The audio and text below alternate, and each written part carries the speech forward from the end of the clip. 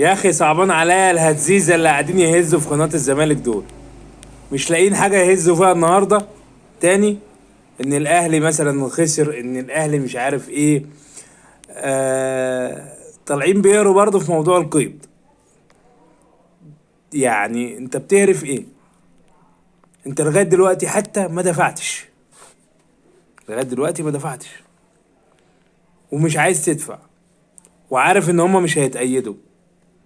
طب انت بتهرف ايه؟ بتتكلموا في ايه؟ يقول لك اتحاد الكرة ظلم. لا، ما ظلمكش. انت ما دفعتش ومش عايز تدفع، انت عايز تأيدهم كده. يعني مش عارفين يعني انتوا هي ايه، هي بالدراع. هتأيدهم بالدراع؟ ادفع يا عم، عليك 70 ادفع 35. هتروح ترمي لهم 5 وتمشي؟